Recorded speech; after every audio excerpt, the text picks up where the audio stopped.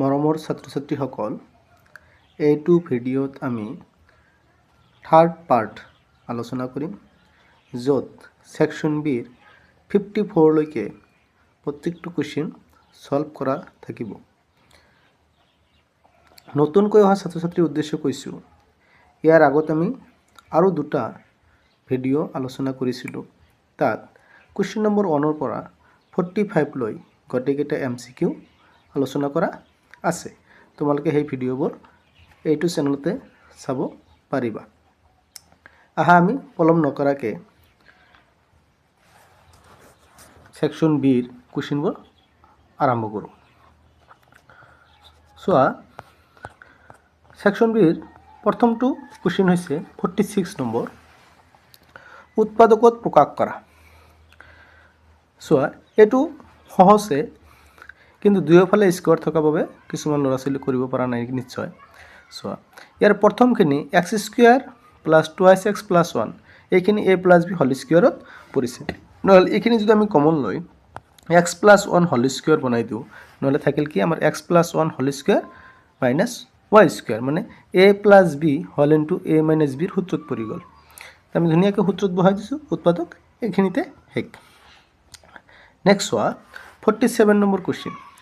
দিয়া আছে √2 এটা অপৰিমেয় সংখ্যা, তেন্তে প্ৰমাণ কৰা যে 5 + 3√2 এটা অপৰিমেয় সংখ্যা।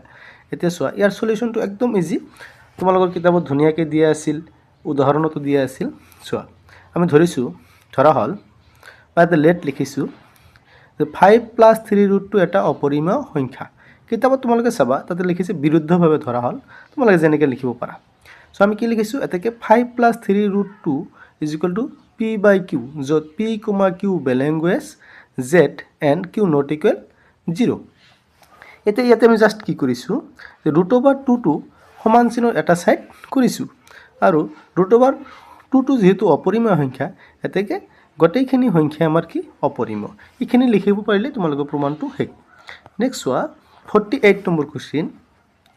3x² - 5x + 2 = 0 সমীকৰণটোৰ মূল নিৰ্ণয় কৰা। মানে আমি ইয়াক উৎপাদকত ভাঙিলে হৈ যাব। চোৱা, ধুনীয়াকৈ তোমালোকে জানা যে আমি উৎপাদক কেনেকৈ কৰিব লাগে, যে x² সহক মানে a × c কৰি যিখিনি সংখ্যা পাম তাক ভাঙি যোগ বা বিয়োগ কৰি bৰ মানৰ সমান বনাব লাগে। দ্বিঘাত সূত্ৰ তোমালোকে পাইছিলা, ax² + bx + c, সেইটো নিয়মত আমি কৰিছোঁ। চোৱা, ধুনীয়াকৈ উৎপাদক বিশ্লেষণ কৰিছোঁ। চ' এই গোটেইবোৰ আমি লাইন বাই লাইন কৰি দিব গ'লে তোমালোকৰ কি হৈ যাব, এই ভিডিঅ'টো আৰু লং হৈ যাব। সেয়ে মই তোমালোকে এটা ভিডিঅ' স্কিপ কৰি এইবোৰ লিখি ল'বা। চ' নেক্সট চোৱা, 49 নম্বৰ কুৱেশ্যন কি দিছে। 49 নম্বৰ কুৱেশ্যন এইটো চোৱা, হুবহু কিতাপৰ এক্সাৰচাইজৰ পৰা উঠাই দিছে। cos a / 1 + sin a + 1 + sin a / cos a = 2 sec a, এইটো বনাব লাগে। চোৱা, এইটো তোমালোকে জনা, এইটো ডাইৰেক্ট সূত্ৰত আমি কি কৰিছোঁ, তথাপি অলপ কৈছোঁ। চোৱা, আমি প্ৰথমে লেফ্ট হেণ্ড ছাইড লৈছোঁ। লেফ্ট হেণ্ড ছাইড লৈ 1 + sin a আৰু cos a কি লৈছোঁ, লসাগু লৈছোঁ, মানে LCM লৈছোঁ। LCM লৈ আমি দুয়োফালে কি কৰিছোঁ, কেলকুলেট কৰিছোঁ। কেলকুলেট কৰাৰ পিছত চোৱা, আমাৰ ওপৰত কি আহিছে, ওপৰত আহিছে যে 2, তলত আহিছে cos a। এতিয়া ইয়াক অলপ আমি ভাঙি লিখিছোঁ, 2 × 1/cos a। এতিয়া 1/cos a মানে কি, sec a, এতেকে 2 sec a, এইটো হ'ল আমাৰ ৰাইট হেণ্ড ছাইড। চোৱা, এইটো কিতাপৰ এক্সাৰচাইজ, লাষ্টৰ এক্সাৰচাইজত আছে কিজানি, কুৱেশ্যনটো হুবহু আছে কিজানি। চোৱা, আমাৰ 50 নম্বৰ কুৱেশ্যন। 3টা নিৰপেক্ষ মুদ্ৰা একেলগে টছ কৰা হ'ল, সম্ভাৱিত নিৰ্ণয় কৰা যাতে। চোৱা, অতি কমেও এটা মুণ্ড প্ৰাপ্ত হয়। আৰু 2 নম্বৰ কুৱেশ্যনটো কি, যে মাত্ৰ এটা পুচ্ছ প্ৰাপ্ত হয়। এতিয়া চোৱা, এইটো আমি কোনোবাই যদি ডাইৰেক্ট মৌখিক এনচাৰ কোৱাটো অলপ অসুবিধা পোৱা, তাৰ কাৰণে আমি কি কৰিছোঁ, 3টা মুদ্ৰা টছ কৰি পোৱা ফলাফলবোৰ আমি লিখি দিছোঁ। চোৱা, তোমালোকে জানা 3টা মুদ্ৰা টছ কৰিলে কি, 3বাৰে হেড উঠিব পাৰে, বা 3বাৰে টেল উঠিব পাৰে, নহ'লে এবাৰ হেড 2বাৰ টেল উঠিব পাৰে। এনেকৈ আমি যদি সজাওঁ, নহ'লে আমি কি 8টা ফলাফল পাম। চ' তাতে মই লিখি দিছোঁ ধুনীয়াকৈ, HHH, HTH, THH, HTT, এনেদৰে আমি 8টা ধৰি লিখি দিছোঁ। চ' মুঠ ফলাফলৰ সংখ্যা কিমান, 8। আৰু অতি কমেও এটা মুণ্ডপ্ৰাপ্ত ফলাফলৰ সংখ্যা কিমান, 7টা। নহ'লে অতি কমেও এটা মুণ্ডপ্ৰাপ্ত সম্ভাৱিতা কিমান হ'ব আমাৰ, যে 7/8। আৰু মাত্ৰ এটা পুচ্ছ প্ৰাপ্তৰ সম্ভাৱিতা কিমান, যে এটাকে পুচ্ছ থকা ফলাফল আছে মাত্ৰ 2টা, নহ'লে আমাৰ কি হ'ব 1/4 নেক্সট চোৱা 51 নম্বৰ কুৱেশ্যন দুটা অংক বিশিষ্ট এটা সংখ্যা আৰু সেই অংকটোৰ অংক দুটা হাল সলনি কৰি পোৱা সংখ্যাটো যোগ কৰিলে 66 হয় যদি সংখ্যাটোৰ অংক দুটাৰ পাৰ্থক্য 2 তেন্তে সংখ্যাটো উলিয়াও আৰু ইমান এনে সংখ্যা কিমানটা আছে চোৱা আমি ধুনীয়াকৈ উলিয়াব পাৰোঁ এইটো কিতাপত এনেকুৱা এটা অংক আৰু আছিলে চোৱা আমি ধুনীয়াকৈ ধৰি লৈছোঁ এককৰ স্থানৰ অংকটো যদি x ধৰোঁ আৰু দশকৰ অংকৰ বস্তুটো যদি আমি y ধৰোঁ নহ'লে আমাৰ সংখ্যাটো কি হ'ব যে 10y + x আৰু ইয়াক যদি আমি মানে সলনি কৰি লিখোঁ বা ওলোটাই লিখোঁ নহ'লে আমাৰ কি হ'ব 10x + y তো প্ৰশ্নমতে আমাক প্ৰথম চৰ্তটো কি দিছিল যে x - y মানে পাৰ্থক্য কিমান দিছিল 2 আমি ইয়াতে 1 নম্বৰ দি থৈ দিছোঁ আৰু দ্বিতীয় চৰ্ত মতে কি যে এই সংখ্যা দুটা আমি চোৱা সংখ্যা দুটাৰ সমষ্টি মানে যোগ নহ'লে আমি কি কৈছোঁ 10y + x + 10x + y = 66 এইটো দিয়া আছে আমাৰ প্ৰদত্ত তো এই চৰ্তখিনি আমি জাষ্ট কি কৰিছোঁ সমাধান কৰিছোঁ সমাধান কৰাৰ লগে লগে আমাৰ x ৰ মান কিমান ওলাইছে 4 আৰু y ৰ মান ওলাইছে 2 নহ'লে আমাৰ নিৰ্ণয় সংখ্যাটো কিমান হ'ব যে আমি যদি x টো আগত লিখোঁ নহ'লে 42 আৰু যদি y টো আগত লিখোঁ নহ'লে 24 নহ'লে এনে সংখ্যা আমাৰ কেইটা আছে দুটা আছে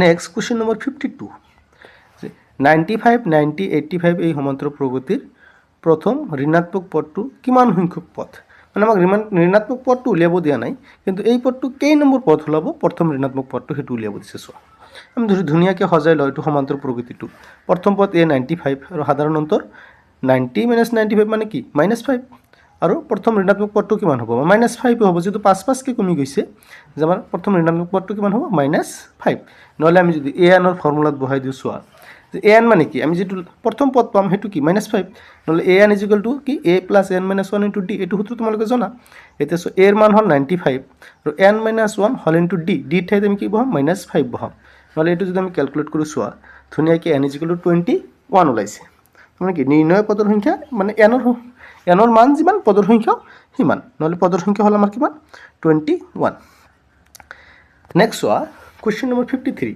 ধৰা ABC ত্ৰিভুজৰ AB বাহুৰ ওপৰত D আৰু E দুটা বিন্দু যাতে AD = D সো সাইডত মই ধুনীয়াকৈ ছবিটো আঁকি দিছোঁ যে সেইকাৰণে সলিউশনত মই কি লিখিছোঁ চিত্ৰৰ পৰা বুলি লিখিছোঁ চিত্ৰত যেহেতু আমাক কি দি আছে DP = BC আৰু কি দি আছে AD/DB = AP/PC এইটো আমি লিখিব পাৰোঁ ঠিক এইটো তোমালোকে এটা উপপাদ্য আছে আমাৰ ধুনীয়াকৈ ত্ৰিভুজ চেপ্টাৰত যদি চোৱা তোমালোকে এটা উপপাদ্য আছে সেই উপপাদ্যটো আমি বহাই দিছোঁ ধুনীয়াকৈ আৰু 1 আৰু 2 ৰ পৰা আমি কি লিখিছোঁ PQ = AB সো এটা চাই লিখিবা আৰু একদম ইজি নেক্সট চোৱা